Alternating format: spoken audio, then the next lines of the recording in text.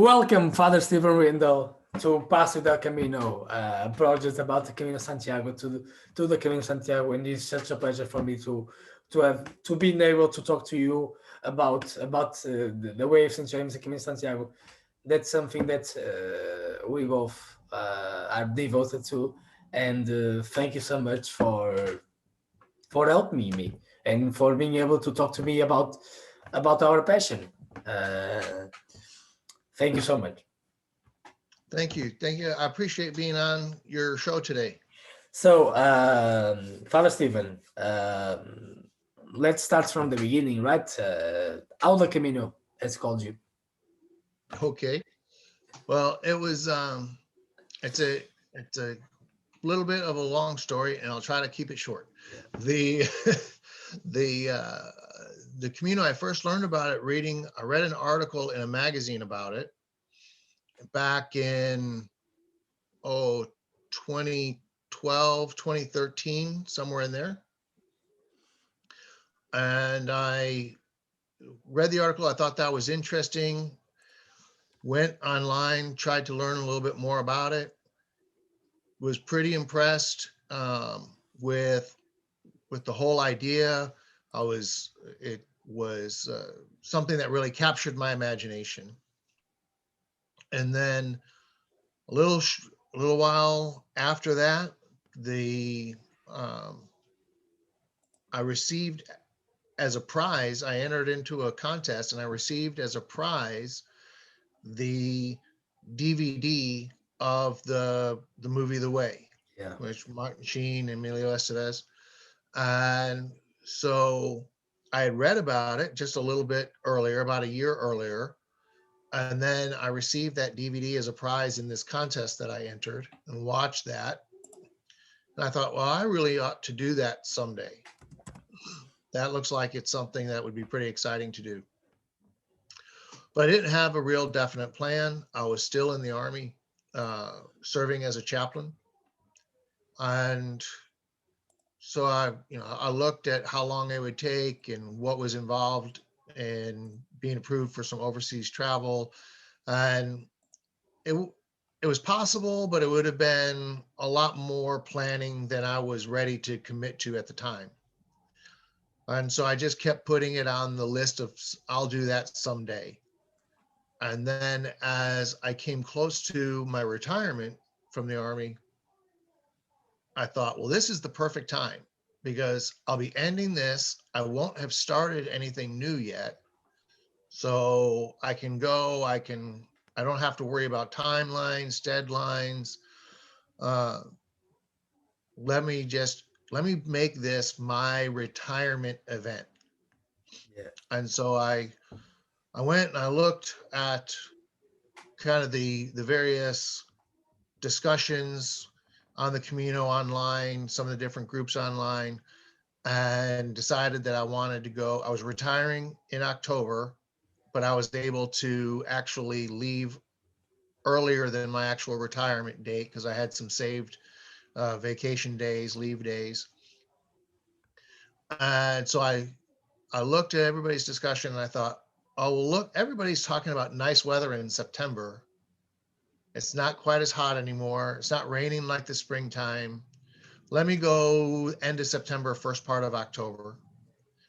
And so I made my plan, and the plan was just to this was the totality of my plan right here.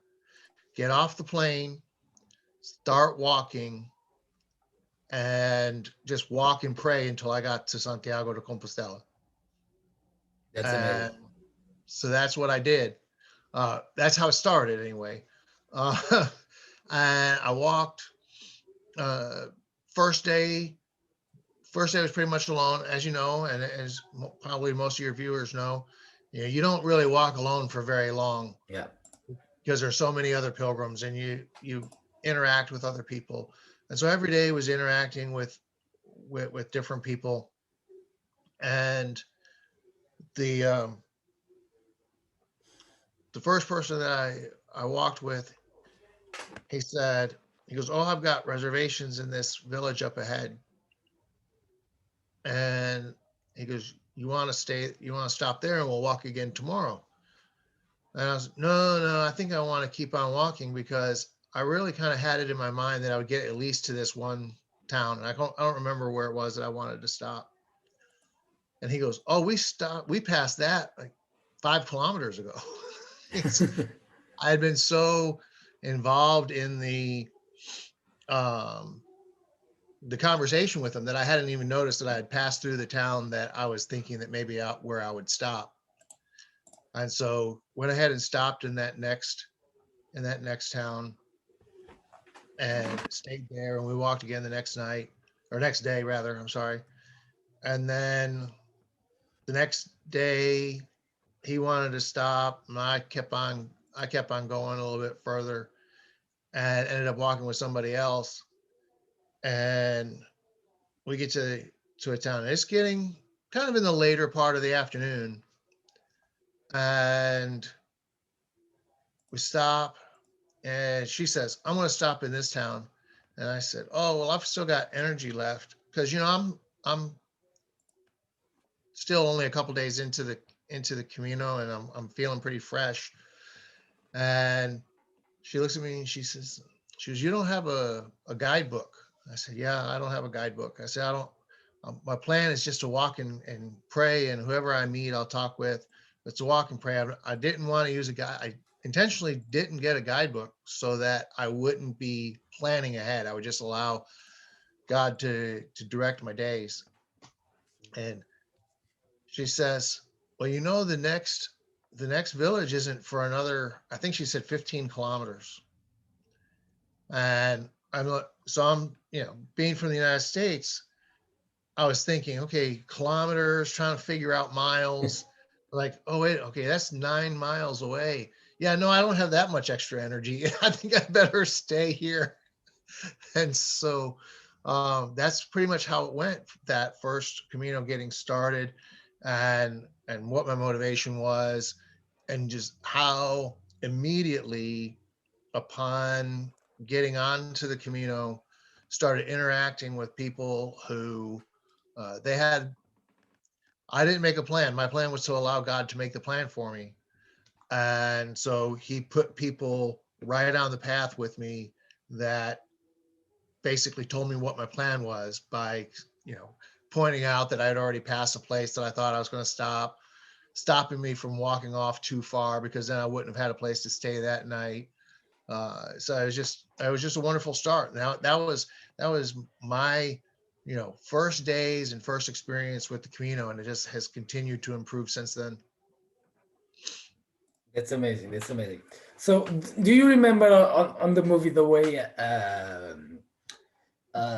when Martin Sheen passes by this priest and he confused him by a rabbi? Do you remember this passage? Oh yeah. Father Jim in the movie, Yeah. and Father Okay. Jim hands him a rosary. Yeah. And then later he says it came in handy. So for you as a priest, how you feel of doing this ancient pilgrimage, one of the most important in on the Christian religion? How you feel of walking this? It's a great experience. Um, there's there's a couple things that I've read that I think describe the Camino really well. Um, and there's a Vatican document called the Directory on Popular Piety, and it basically talks about the various devotional practices that we engage in.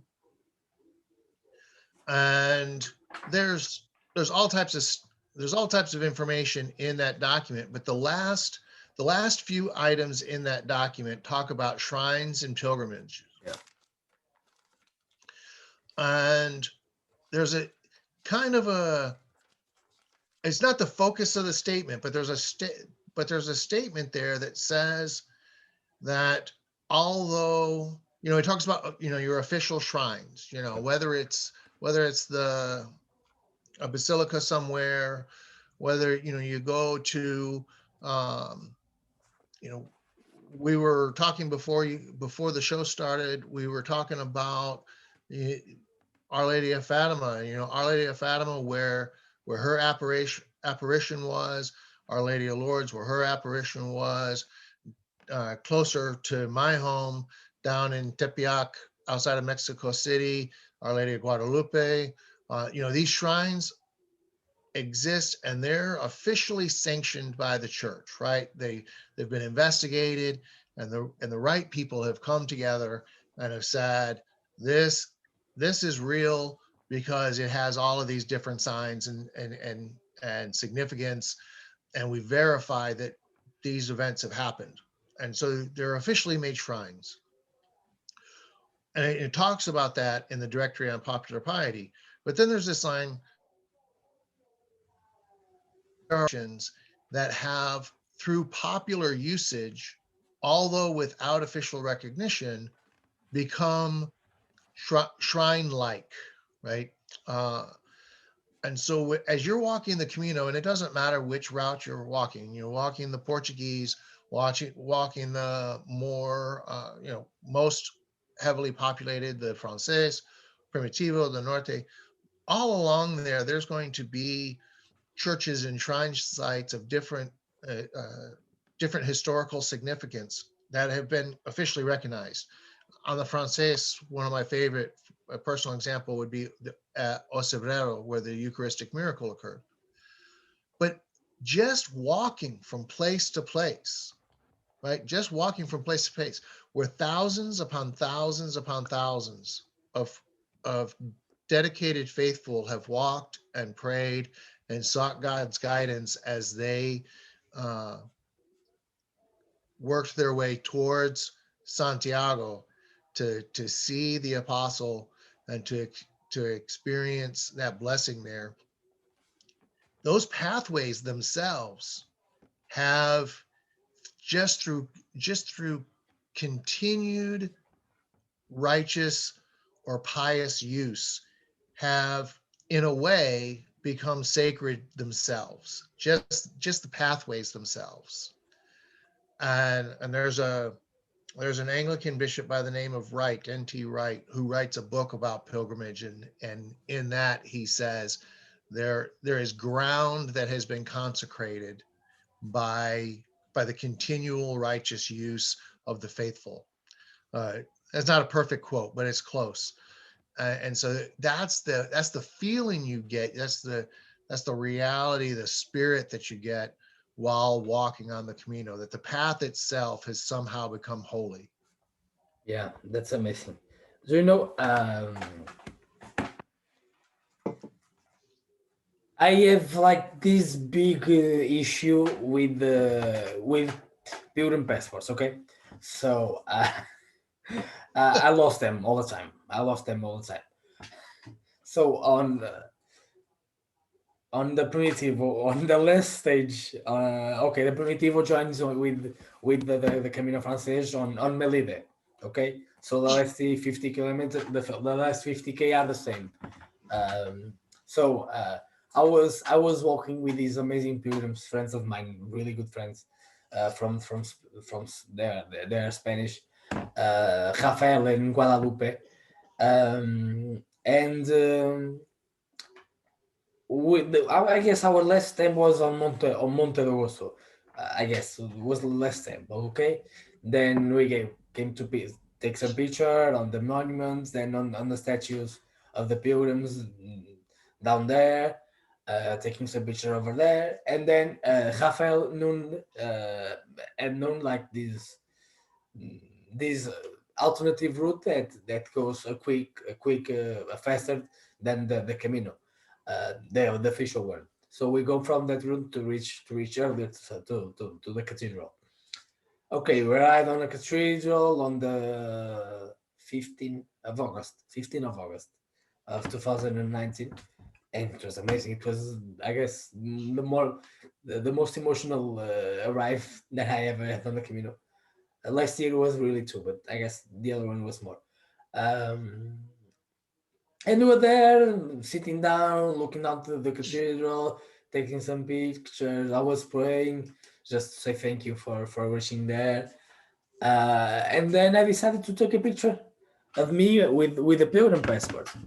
When I realized I lost it. Oh When no. I lost it. Uh, I, at that time, I had two because until Lugo, I had fulfilled one of them, and then in Lugo, I bought another one, and I was stamped the second one, this one that I bought. It was this one that I lost. It was okay. Um, And then we it was summer, lots of pilgrims over there, and we went to take this cipher to go into the pilgrim's office. This the number, to go into the pilgrim's office to pick up the compostela. Um, this is more or less 4 p.m. more or less, but it may must take 3 hours until you reach out to our number. So each of us to our albergs. When I arrived in my alberg, it was with friends of mine from Brazil that has a alberg there, and they are really good friends of me. So when I arrived in Alberg, I asked them if they can drive me to the Monte Lagoso, and to see if I left there. If I left there because it was the last place where I saw it. So my friends drive me there. I was there searching for it. I couldn't find it. Then someone there, they just told me, call to the pilgrim's office and see if someone had uh, found it and left there. I called it. No one. There's no one known about it. Then when we went to pick up the compostela, they gave me the compostela, and I asked again, and nothing. Okay. I stayed for 2 nights in Santiago.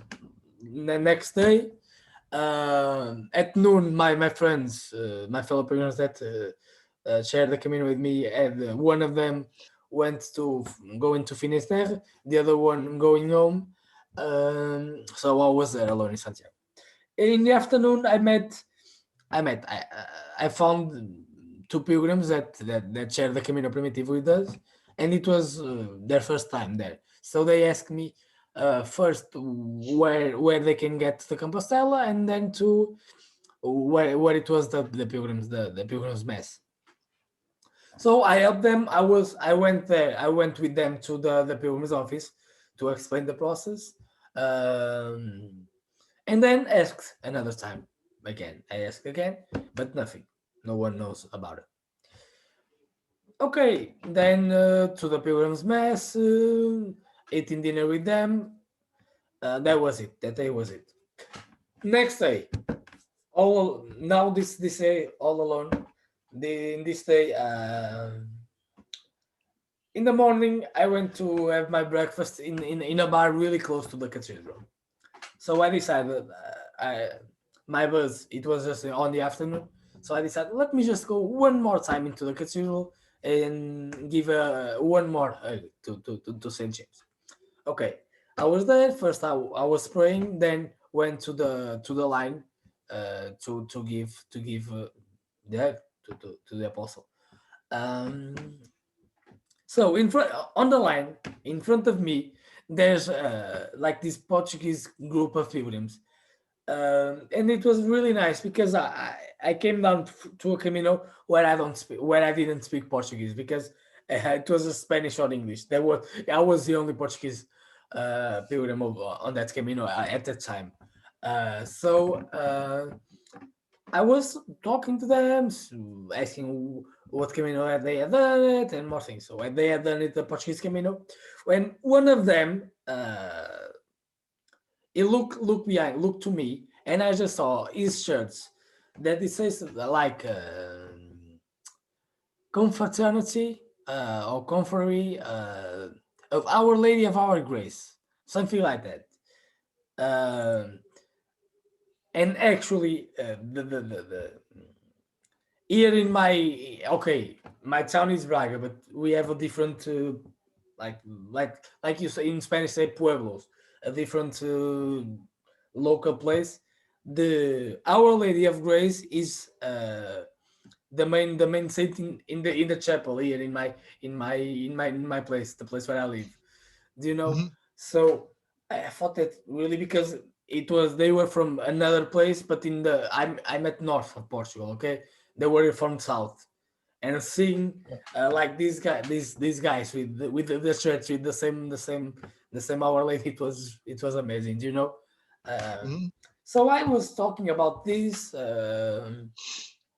And then they asked me, do you know the place? Yeah, yeah, I know around. Was my first Camino. So do you know how to get to Compostela? Yeah, and I know where. And do you know where is the bus station? Yeah, I know it. So if you don't mind, I can go with them and explain the process to you, and then can go with you to the bus station. And that was it. Firstly, I went to the pilgrim's office one last time with them. I explained the process to this group, and I don't know why, but I entered. I entered with this one of these the person of the group. I entered with them in the pilgrim's office, and there's this old guy with the Malta order, the Order of Malta. Do Oh you know? yeah. Hmm. Uh, Yep. and this old guy which was there, and he just said, "What are you doing here?" He just speaks to me, "What are you doing here?"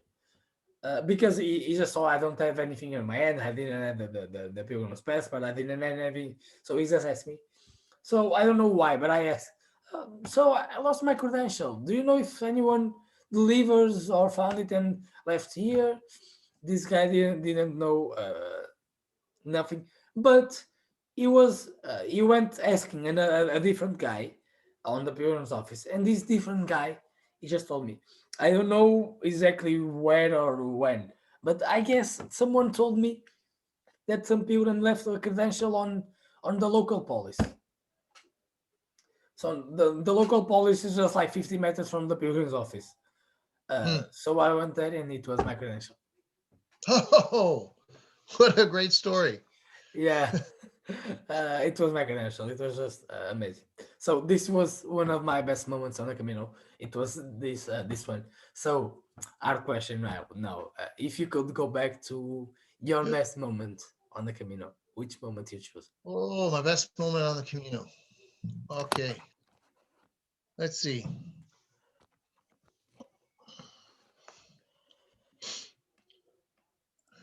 It's going to be, I have to say, two different ones. Yeah, please. Okay, so the first one, when I went on the Camino, it was like so many people. I carried too much stuff. I didn't prepare properly, so I was just exhausted all the time. And the the point of my going on that Camino was part of my retirement, like I said. And I really didn't know what I was going to be doing after making the Camino. Yeah, And so when I made a point of thinking, and the only part I said earlier that I didn't have a plan. The only plan that I had was to spend a lot of time at Crucifero because I wanted that to be kind of a where I marked the end of my military ministry and opened myself up to civilian ministry, what I was going to do next. And so I went there and I carried stones, the tradition to carry stones representing burdens you want to leave at the foot of the cross. And I carried stones that represented the people who were within the same command as I was when I was in Iraq and who had been killed as a result of the being in combat. And so I carried those stones and I prayed for those individuals. And then I placed each one of those stones at the cross and just entrusted them to God.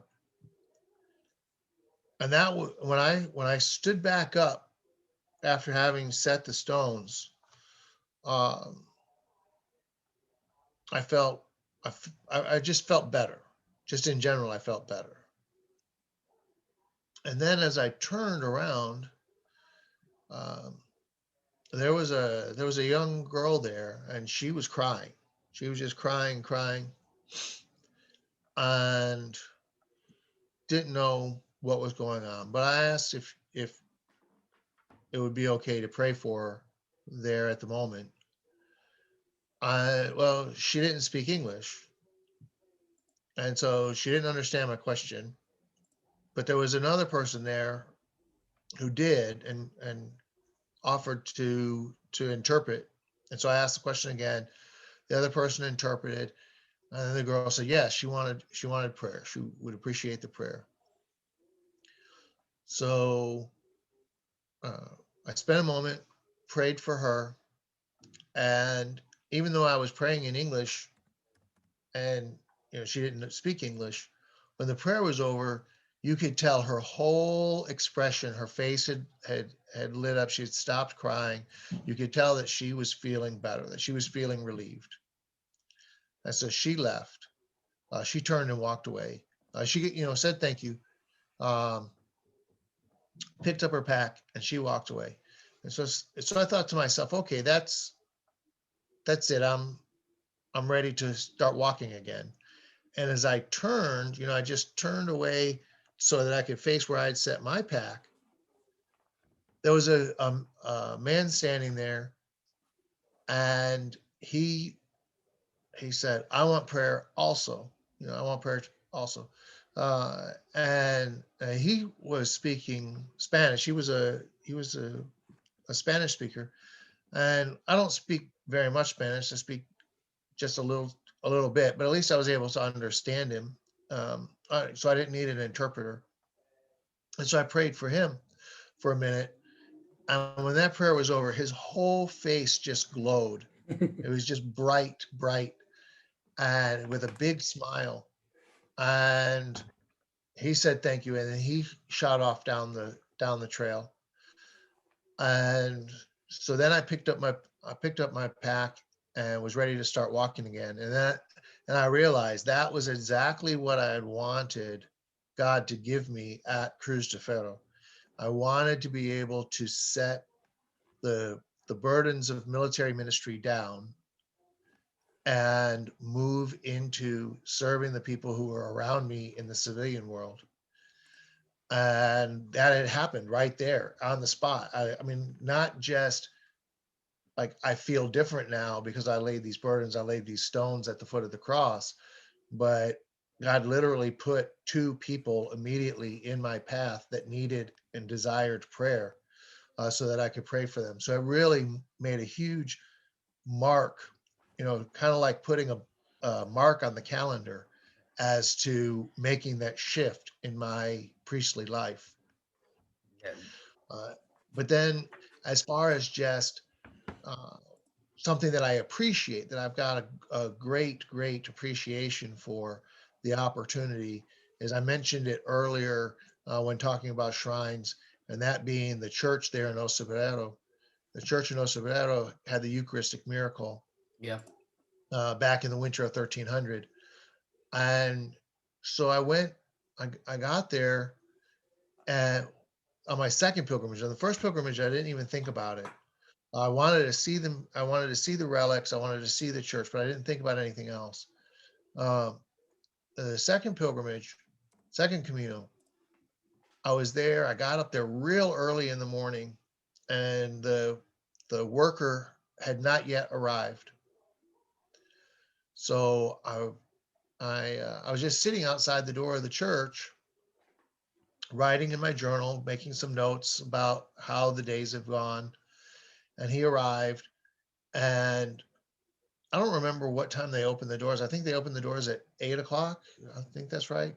And it was still about 7:30, or maybe they opened the doors at 9 and it was still only 8:30. I don't remember, but either way, I was there about half an hour before the church actually opened.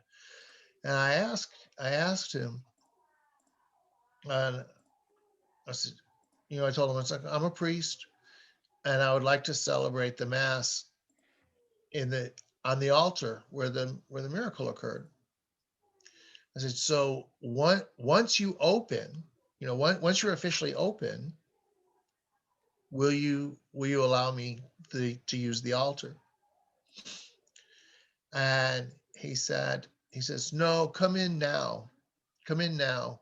He says, because once we open officially, this place will just flood with tourists and you won't be able to celebrate with the right solemnity. You won't be able to celebrate. It won't be a sacred moment with tourists walking all around. And so he let me in half an hour early so that I could set up the altar and prepare myself and celebrate um, and celebrate the mass there at Osobrero where the miracle occurred. And every Camino that I've made since then, I've stopped in the Church of Osobrero and asked for and received permission to use their altar so that I could celebrate at the same place where the miracle occurred. But only the first time was before it was open, though. The rest of the time it was after it opened. And I'll say that the man who was there that first time, he was right. Lots of people flood in, right? As soon as the doors open, people come in, come in, come in. But what I found is that when you get up at the altar and you start celebrating the Eucharist, the people who are in the church, they stop and they pay attention. And it's amazing how many people want to participate when they see that opportunity exists. That's amazing. That's amazing. So, Stephen, Father Steven, let me just show you something, okay? Kind of surprise. But first, let me see if I can do this. Maybe. Okay, this. Are you seeing this? Which one? Uh, what are you seeing? I see your file folder with a bunch of Okay. videos. Okay. Okay. No, no problem. No problem. I was just showing that guy. The people that you interviewed so far, had on the show so far. Yeah, that's a lot. But I wanted to show something. Okay, let me Okay. just. I like I said, I have a surprise for you. Wait, it is. Okay, just a moment. Okay.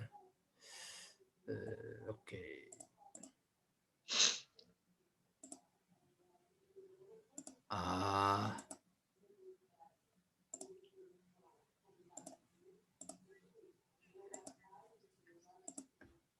okay. Some problems with this, All right. No worries.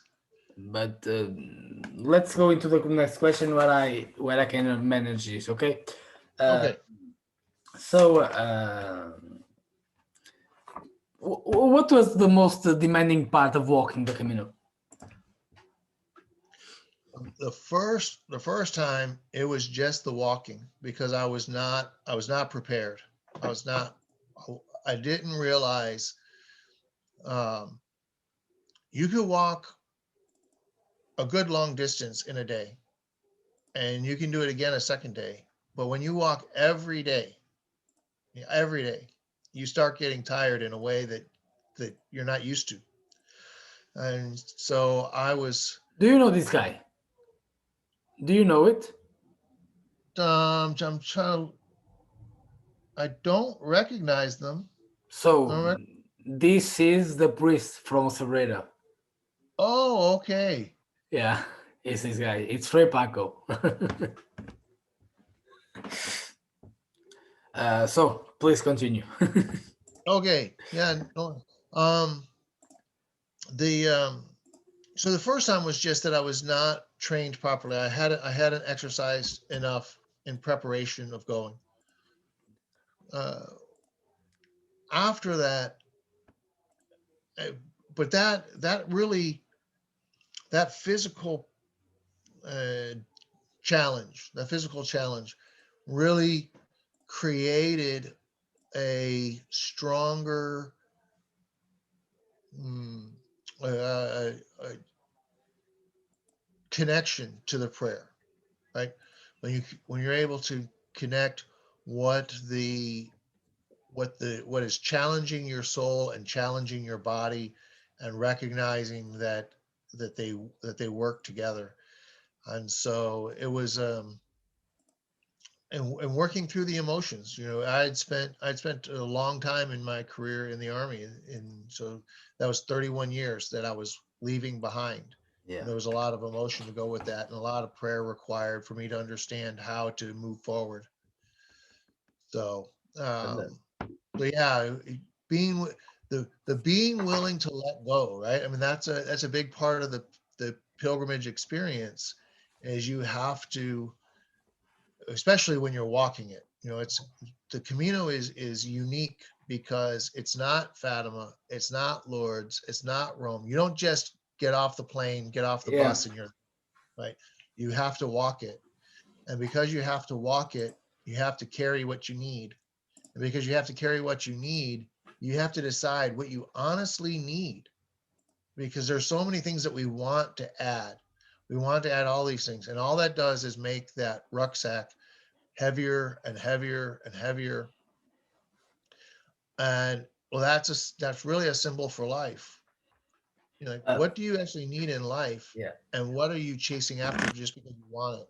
If you're chasing after these things just because you want them, all they're going to do is become things that weigh you down from getting where you want to be. So, Father Stephen, the surprise is ready, okay? So, please listen what this person has to say about you, okay? Okay, hopefully it's a good one.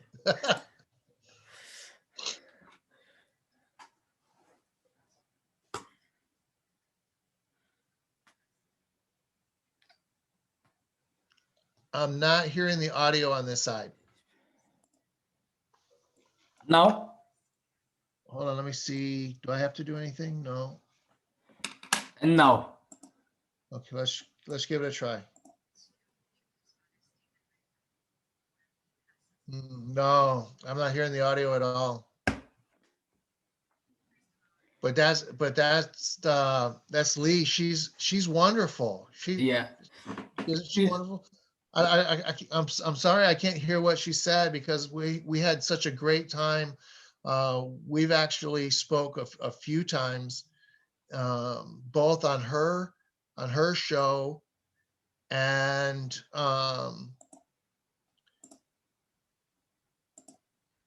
let's see. You won't Okay, hear. okay, hold on just a second. Hold on just a second. Maybe it's on my side that there's a problem. Oh, that's up all the way. Hold Yeah, on, hold on. hear the same. Okay, wait. Here we go. I bet this is gonna make a difference. Okay, I'm sorry for this. I'm not a very technical person. Me neither. Okay, so try that again. Oh, No, no. don't Mm, worry. Don't worry. I try another way. I try another time, another way.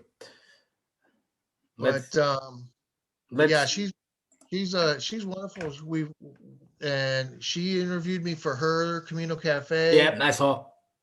and then and then her and her partner, business partner, Yeah, they're looking to do a Camino groups. And so we've talked about, albergues, the ones that we like to stay at with my program, and help them get started. So I really, I really look forward to maybe the opportunity of our programs, our different Camino opportunities, supporting each other closely, because they're just a wonderful couple people. yeah, they're amazing. Yeah, I also interviewed her for my show, and she interviewed me for her show.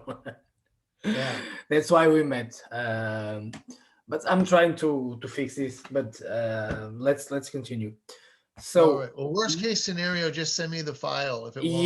yeah, So I can see definitely, it. That'd be great. definitely, yeah. So before we go into Warriors on the Way, when you realize, when you get to know that Camino could be a very important thing to help veterans treating his PSA, moral problems and PTSD.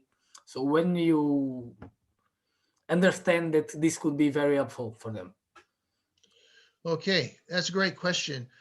The last thing I did in the Army before I retired was I had the job of developing the the course, the class on how to provide a ministerial response to PTSD and moral injury. It was a class just for chaplains to prepare them for assisting the soldiers within their care.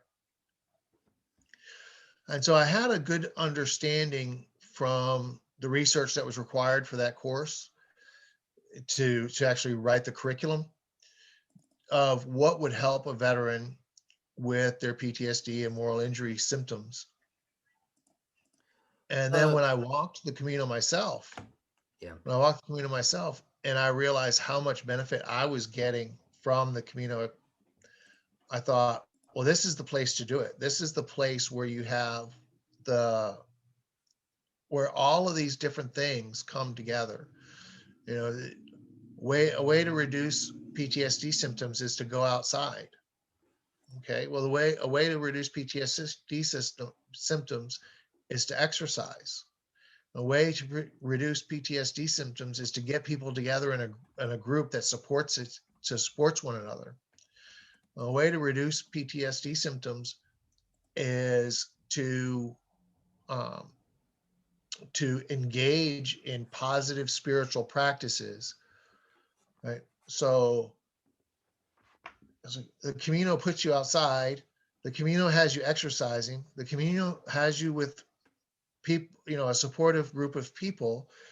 And by my leading the pilgrimage as a priest, and we celebrate the Mass every morning, we pray every day, we have a message from the whether it's directly from the Gospels or one of the early church fathers or the desert monastics, we have a message about why not only God wants to heal you, but how not only that God can heal you, but wants to heal you and to make you whole again. Uh, we were taking all of those elements that have been proven to reduce PTSD and moral injury symptoms and putting them together in one package. And so I got home from that first Camino and I said, this is a great idea. And I just started designing. It's like, okay, well, what will I have to accomplish to make this happen? And well, got to have support. We got to have financing. We have to, do all these things. And so over the course of about 6 months, I designed what it was going to look like, from one day to the next, how it would be run. I talked to some friends of mine who are in the uh, behavioral health field, psychologists, psychiatrists, got their input, got their involvement. So we have um, professional behavioral health care involved in the program. And then once it was all designed and people said, yes, this is something that'll work and we can support this, then I put it before our Internal Revenue Service, which controls our taxation, and got the program registered as a charity. In the United States, it's being called a 501c3, which is the legal code for registered charities. And that way people could donate to us and receive a tax benefit from donating. And uh, that took another few months. And while we were waiting for that paperwork to get approved by the government, we started advertising, say, in the veteran community, saying, if you want this healing opportunity, to contact us. And so people started writing in. Of course, some of the people were serious. Some of them, thought that it was just going to be a vacation. There's all types of different stuff that goes into why a person expressed their interest. But we took all the people who expressed their interest and then looked at uh, who we can bring together to make the best team that would be the most supportive of each other. And then we created that best team, bought the airline tickets, and come September we got on the plane and flew to Spain together.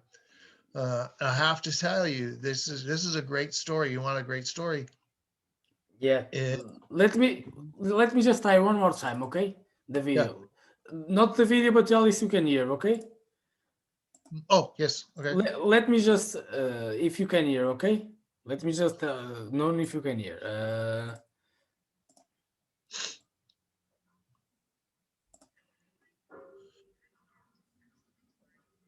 Do you hear? I can hear, but it's real super quiet. I Okay. can't. I can hear that there's sound, but I can't hear what she's actually saying. Don't worry, I sent you the video. Okay, very good. Please tell us about what is on the way and that So story.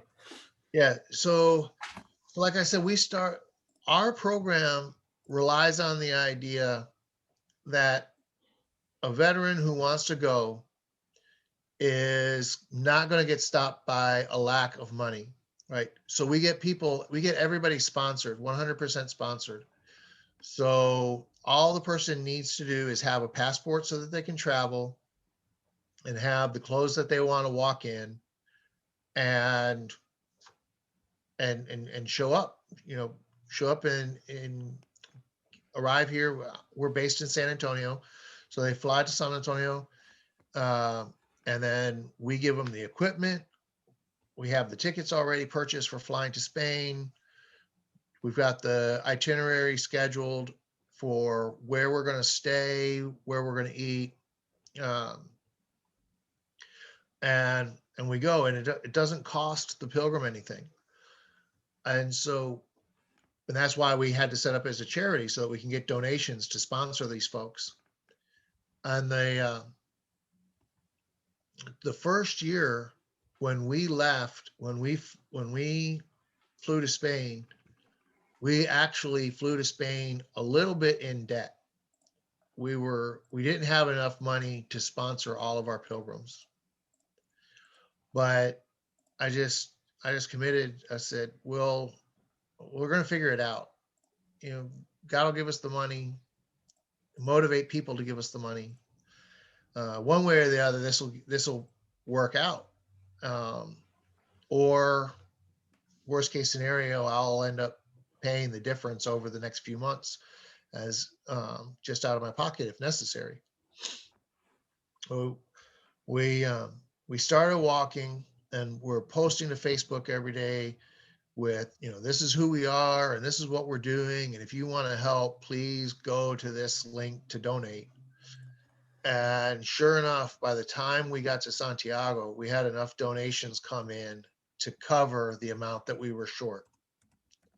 So it was wonderful to see people get involved and say, yes, I want to support this. I want to see these guys um, that are walking get the most out of their experience. I want to support this effort.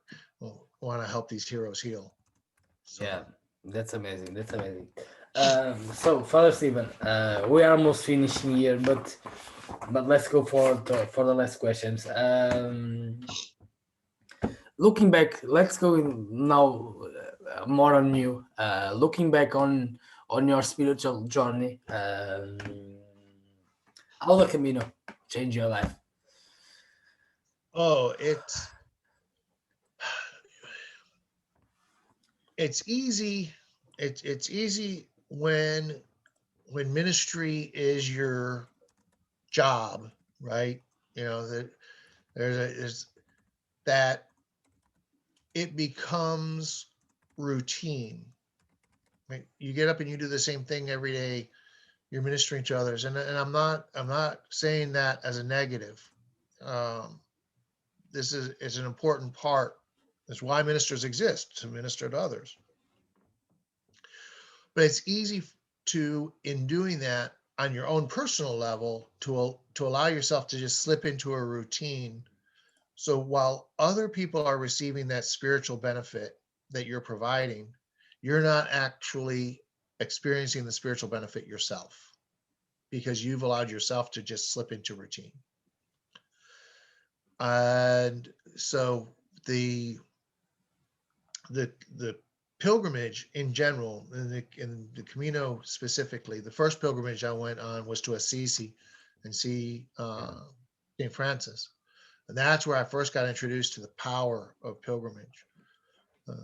But pilgrimage resets all of that, because nothing is routine. Pilgrimage puts you into a challenge every day in one way or another. And so that provides incredible nourishment to your spirit, and it revives your soul. So in my last years in the military and providing ministry in that context, I'd really allowed myself to simply go into that routine, and that put me in a position where I was spiritually hungry, and I didn't really understand why, because I was doing all the things I was supposed to be doing, but it was like, to use an illustration, it was like I was setting the table every day, but I never ate myself, right? Everybody else came and ate, but I never ate. It was kind of it was like the spiritual version of that. Yeah. That's amazing. And so going on pilgrimage, it was the event that said, hey, you need to eat too. You need to be a full participant, Yeah. just like everybody else. And so because of that, ever since then, the development of my spiritual life and the health of my spiritual life has been much, much better. And as a result of that, I believe I'm able to minister to others better, because you can only give as much as you have. So if you're hungry, you're not going to give the full care to the next person. So that's been that would be my primary life change, is that it's just been an incredible improvement to my own spiritual life. Spectacular. Fantastic, fantastic. So imagine that you could go back uh, in time, and you had the opportunity to talk to and at dinner with an historical person of the Camino. Who you choose? A historical person of the Camino. Yeah. Well, of course, St. James would be an obvious choice, but I I think it would be that, and I circle back to this location frequently, um, because the miracle occurred there. But I think I would want to talk to the priest that was there in that winter of 1300 at Osabrero, right? Because why did the miracle occur? The miracle occurred because the faithful person believed, but the priest did not believe. So here you have a priest that didn't believe in the Eucharist, didn't believe that it was really got Christ's body, really Christ's blood. And so God created that miracle as a conviction to convict the priest of his unbelief in the presence of that faithful person who had braved the winter storm in order to receive the sacrament. Um, so I think I would want to talk to that priest and ask him how his life changed. Yeah. Right? I'm sure he didn't go into the priesthood not believing. Yeah. So did that priest go into the priesthood, and then he's up on this mountaintop and he's doing the same thing over and over? Did he allow himself to just go into the routine and stop being spiritually fed? Is that what caused his unbelief? And then after that miracle, how was his life changed, to how was his faith restored. I think I'd want to talk to him. Yeah. That's amazing. That's amazing. So I always imagine what could have been this pilgrimage on the Middle Ages, you know.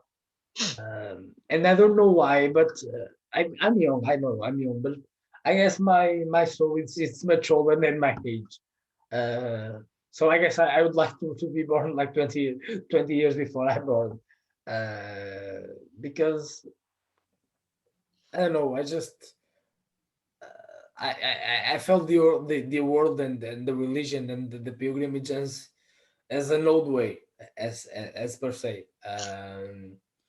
And like I said, doing these like I said before we start recording, doing the Winter Camino last year was really special, and it was kind of an old spiritual journey, if I can say that.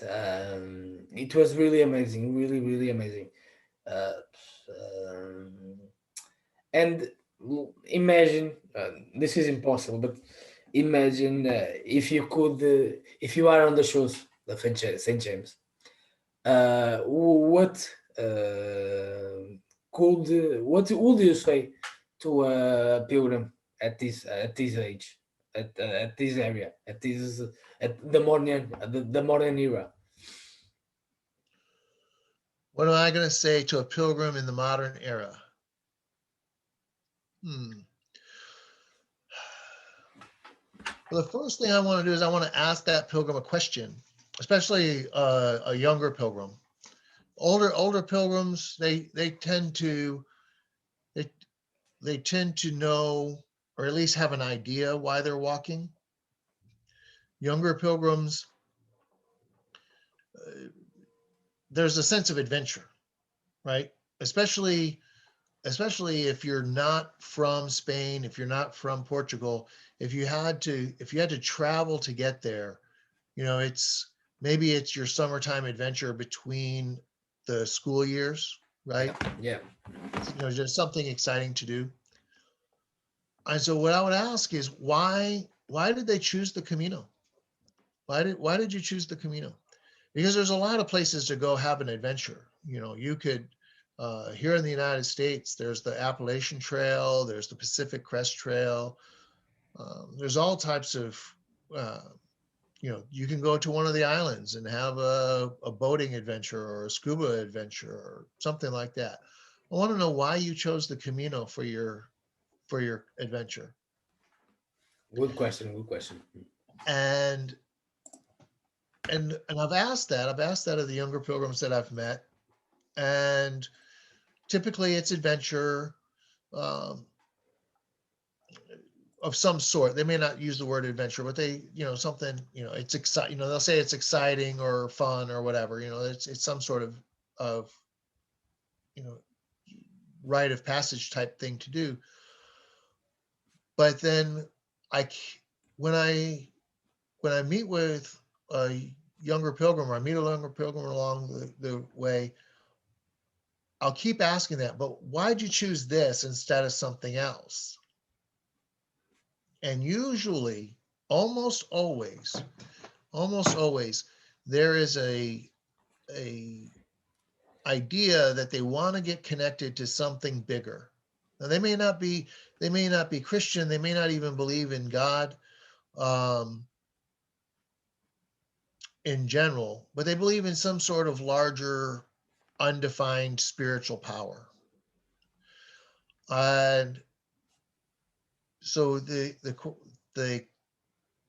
I just I keep going with the question. Why did you pick this location? This is an ancient pilgrimage. It's an ancient Christian pilgrimage. It's an ancient Catholic pilgrimage. Um, how is it as a 21st century young person who is not Christian, is not Catholic, does not have a connection to the concept, not the concept, but the traditional practice of pilgrimage? How did you choose this particular route? And it always comes around. almost always comes around to, I wanted to connect. This individual that I'm in the conversation with wants to connect with something bigger. They want to experience a larger life. Yeah. And then from there, we talk, so, well, what does that mean? What does that mean in your life? Um, and frequently we have the opportunity to talk about what you're looking for. What you're looking for is for God to be involved in your life. And that can be, different people are going to define that different ways. Obviously, I'm a priest. So I've got a very distinct way of defining that and explaining that and understanding that. And I want to share that with people. But I respect the fact that different people have different ways of understanding it, but that's the conversation that I want to be in. I want to be in that conversation and say, you're looking for this, but you don't quite know what it is. I think I know what it is. So let's talk about it. And you can accept it or you can reject it. That's up to you. But let's at least have a nice conversation about it. And if you like what you hear, we'll keep on talking. And if you don't like what you hear, if that's not quite what you're looking for, then we'll talk about something else, or we'll stop at the next cafe and have a cafe con leche. Genial, fantastic. So, Father, two last questions. First, if you have the opportunity to sit down with St. James, what question, and just ask you one question, what question would you do? What question do I want to ask St. James? Yeah, just one question. Okay, one question. Okay, I'm gonna ask you a question first. Has your Have you ever been in a situation where your mom was trying to act in your behalf and you got embarrassed as a result of Yeah, a lot. it? There's a great scene in the gospel where the mother of James and John go to Jesus, and she petitions on their behalf. She asks on their behalf, when you go into your kingdom, seat my sons, one on your left and one on your right. And I really want to know how James felt about that. Was he standing off to the side, covering his eyes, going, "Oh, I can't believe you're doing this"? Great question, great question. So, Father Stephen, we're almost finishing here, but what advice, what advice can you give to a pilgrim that will start the Camino for the first time? For the first time? Okay, well, there is the advice that everybody gives, which is don't pack so much stuff, and two, start training in advance so that you're comfortable. Because the more physically fit you are, the more you're going to enjoy the pilgrimage. Yeah. So that's just general. That's everybody. Um, but what I would say distinctly from my point of view, and it kind of goes back to that question you asked earlier about, what would I ask a young pilgrim, or what would I tell to a young pilgrim? Uh, I'd say, why are you going? Just consider why you're going before you go, and it may be a really general answer. I'm out. I'm out. I know that I need to be looking for something, and this is where I'm going to look. Okay, that's a good start. It may be something more precise. You've walked the Camino a few times. There are a lot of pilgrims that are walking, trying to make peace with events in their life. Maybe it's a death of a loved one. Maybe it's divorce from a spouse, uh, a career change that which my career change was planned, but it was still a emotional event. Uh, Other people have these huge career changes that they never expected. And they'll say, I'm trying to work through this particular thing in my life. But I would say number one, have an idea of why you're walking. And then second, be ready, be willing, and be ready to be told why you're walking. And I don't mean told by another person, Yeah. but in your experience, like, I was walking, and the first half went exactly the way I thought. I'm going to be dealing with leaving one career and entering into a new career. And I thought that the second half of my pilgrimage was going to be all about exploring my next career. And not really next career because it's all ministry, but my next phase of ministry in a different context.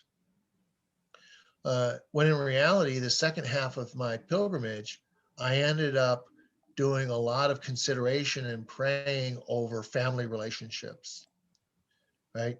And so God gave me the first half that I wanted and I felt like I needed. And then he told me why I was going to keep on walking by taking my attention and moving it to where it needed to be. And so I would say to any pilgrim getting ready to leave or preparing themselves to walk the Camino, have a good idea why you're going.